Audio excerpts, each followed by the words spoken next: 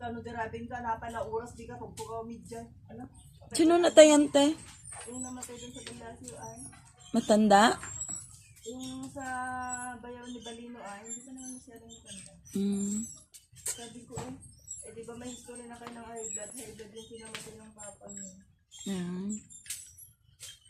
Kita man yan, te, oh. Namutak na, te, pansin, eh.